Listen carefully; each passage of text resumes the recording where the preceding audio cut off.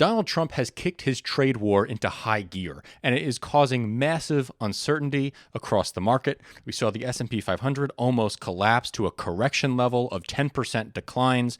We see businesses across the world, and especially in the United States, not knowing how or when or where to invest their money, and it's causing massive economic uncertainty. And that's the biggest word here, uncertainty. Yes. So how did this all start off? When did the first tariffs come out? So the tariffs that we're currently talking about are Trump's steel and aluminum tariffs, which are 25% tariffs. And now I have been spending a lot of time today realizing, I guess, that these tariffs are not just on like pure steel or pure aluminum that we're importing into the country. These are on any array of aluminum or steel derivative products. To be clear, even if it was just steel and just aluminum, that would be very bad. Yes. The fact that it's on steel and aluminum and all of their derivatives makes it that much worse. Way worse. Way worse. That needs to be so clear. We're talking about a difference, like an order of magnitude of difference as far as what these tariffs are affecting. So it's like brackets that you're using to build anything in a house. It's like refrigerator parts. It's car parts. It's window frames. Yes.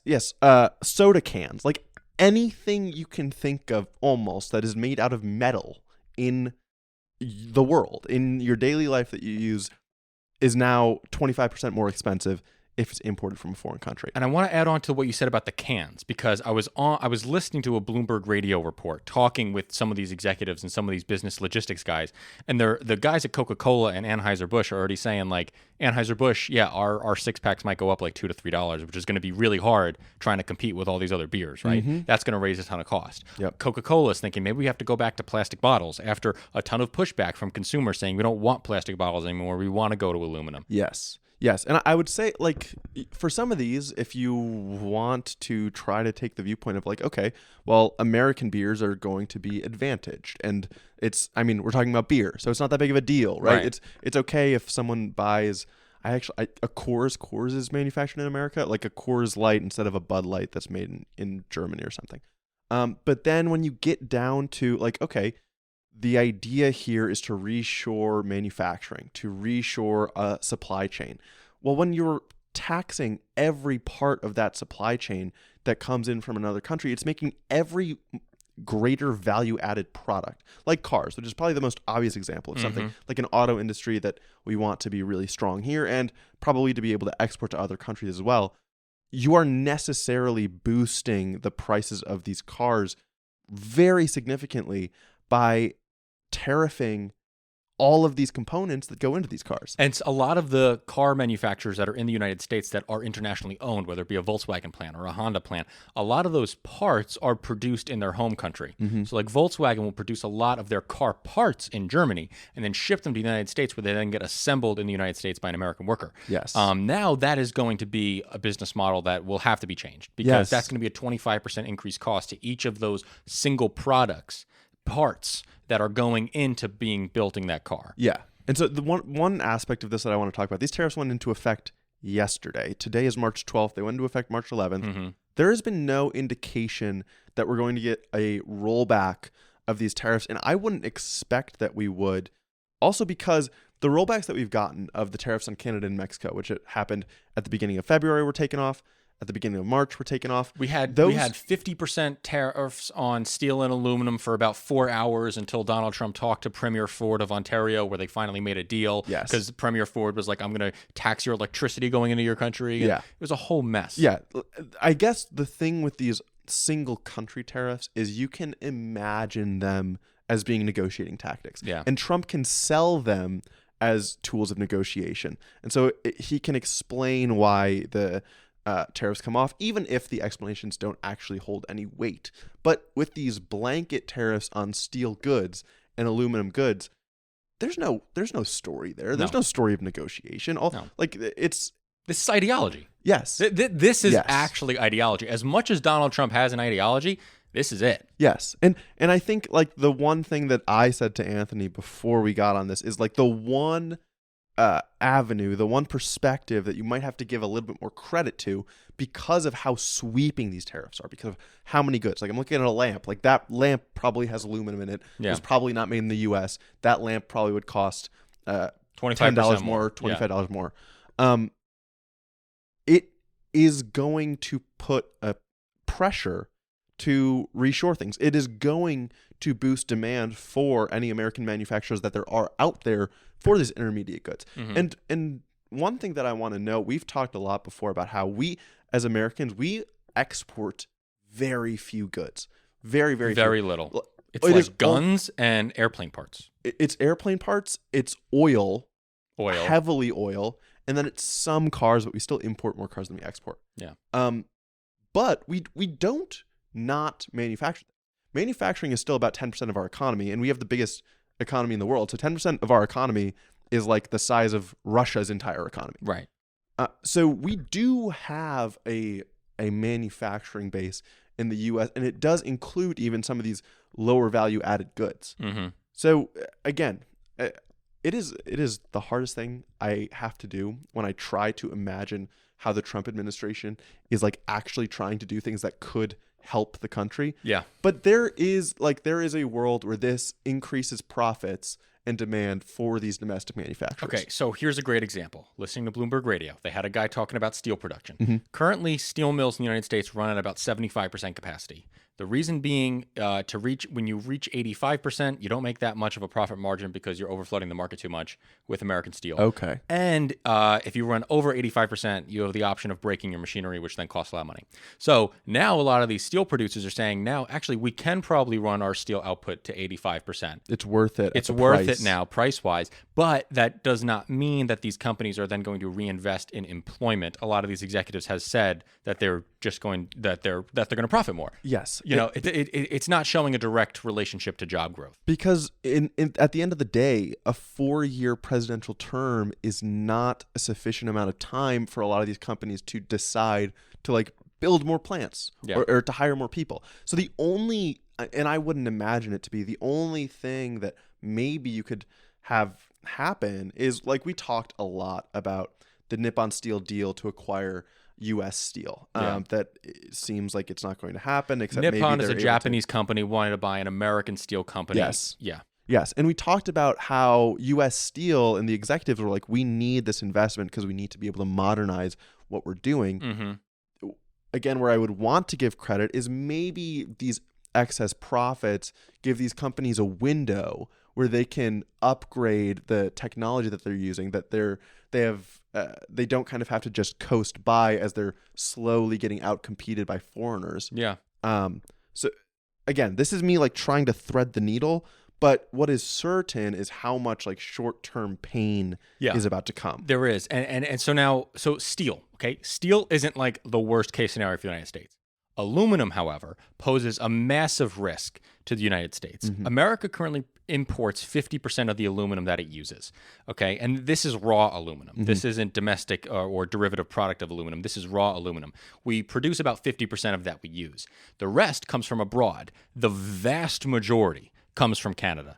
80%, 70% of aluminum comes from Canada, maybe even more. All of that basically comes from Quebec. Why does all of this stuff come from Quebec? Because Quebec has access to extremely cheap hydropower energy. Mm-hmm. And producing aluminum is a very, very energy-intensive task. There was an aluminum plant outside of Louisville, Kentucky. It no longer runs. Why? Because it used as much energy a day to operate as the entire city of Louisville. So America, that's crazy. I know, right? So America was able to find a way to get aluminum for a more efficient and better price from the Canadian allies. Yes. Apparently, that's not good enough anymore for the United States. And now all of us are just going to be worse off because less of us have access to cheaper aluminum. Yeah. And that's worse for everybody. Yes. Right? I feel like this is the perfect opportunity to transition to the geopolitical aspect of this, which, again, none of these tariffs are dedicated to certain countries as far as like in the executive order. It isn't just a tariff on Canada or a tariff on Mexico. But like you just pointed out, the aluminum tariffs are going to disproportionately screw over Canada. Devastate Canada. Because of how much they export to us. So we are crippling an ally which never had any idea, never had any desire to lessen trade ties with No. us, right? To reduce the amount of trade that we do. We would never have had to worry about this supply of aluminum. But we've just created that problem. We've just made it happen out of thin air. And that is actually such a perfect, because this is again, I think, a piece of Donald Trump's true ideology wherever it exists. He really believes it's America against the world. And so when you believe that it's America against the world, you think you have to produce everything, even if it's less expensive. And this is another thing. I feel like I'm a nerd right now, and I'm a little bit of a parrot. But Bloomberg Radio also talked about this. They're like, we had to pay a little bit of a climate, not tax, but a climate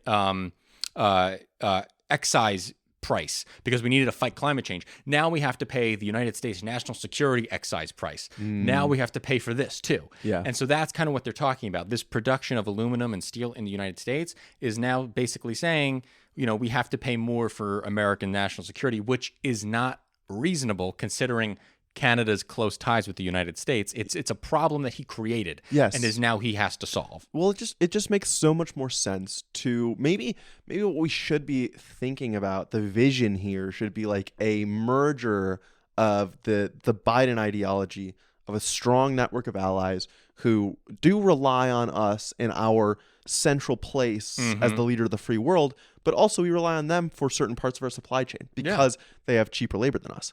And we are able to be rich and get and use cheaper stuff, buy cheaper stuff, because we have this arrangement. And I also want to say, I want to challenge you one point. It's not just that it's cheaper labor. Sometimes it's like geography. Yeah. With Quebec, it's cheaper energy. Yeah. Right? There are other things that go into this. It's Yes. not just exploiting other people from other countries that have cheaper labor. It's because other countries have comparative advantage to us Yes. for certain goods. And Yes. we're not taking advantage of that, which makes everyone poorer. Exactly.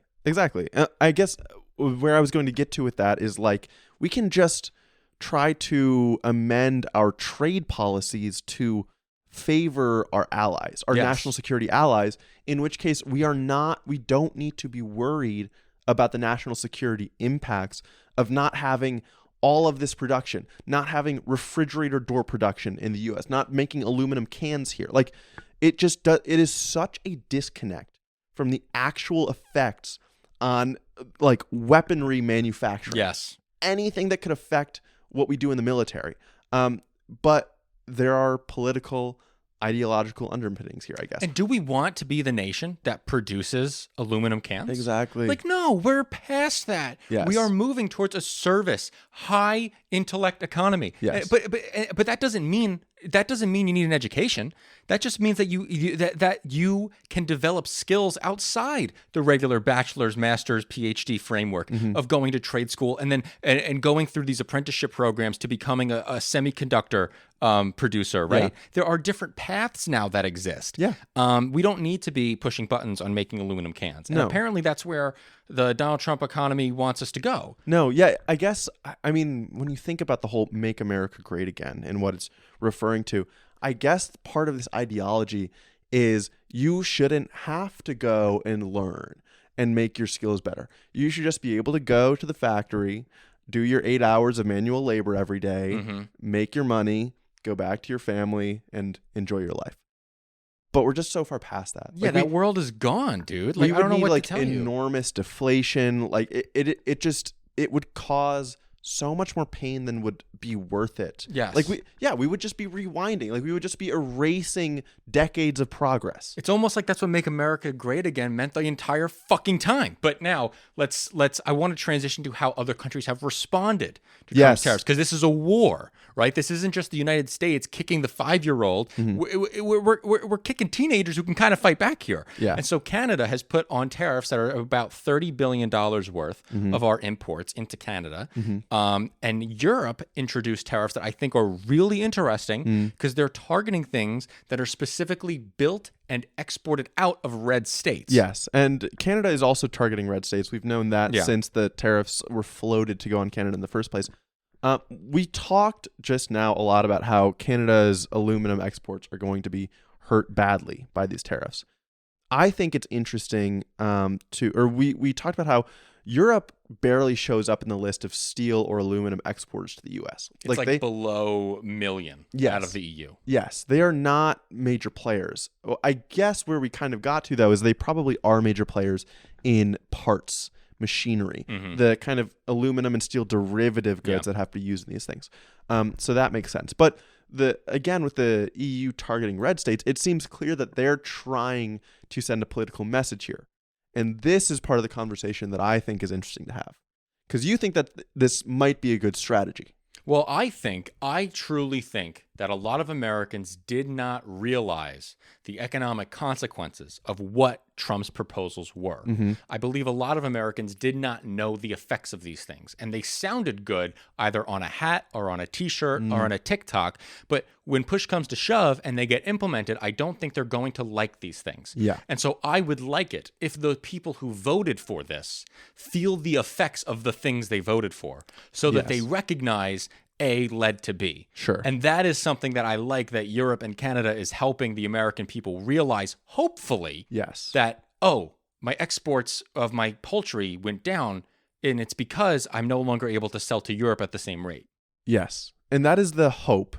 And then my countervailing fear is that these people are, or at least many of these people, are already listening to the propaganda of the right, of Fox News, of other conservative commentators, of Trump himself and what he's tweeting or truthing, that they will be sold a story that says, no, these are the globalists that are hurting you. These are the globalists that Trump is trying to defend you from, that they are making your lives worse, and that those people are only going to become more entrenched in their support of Trump.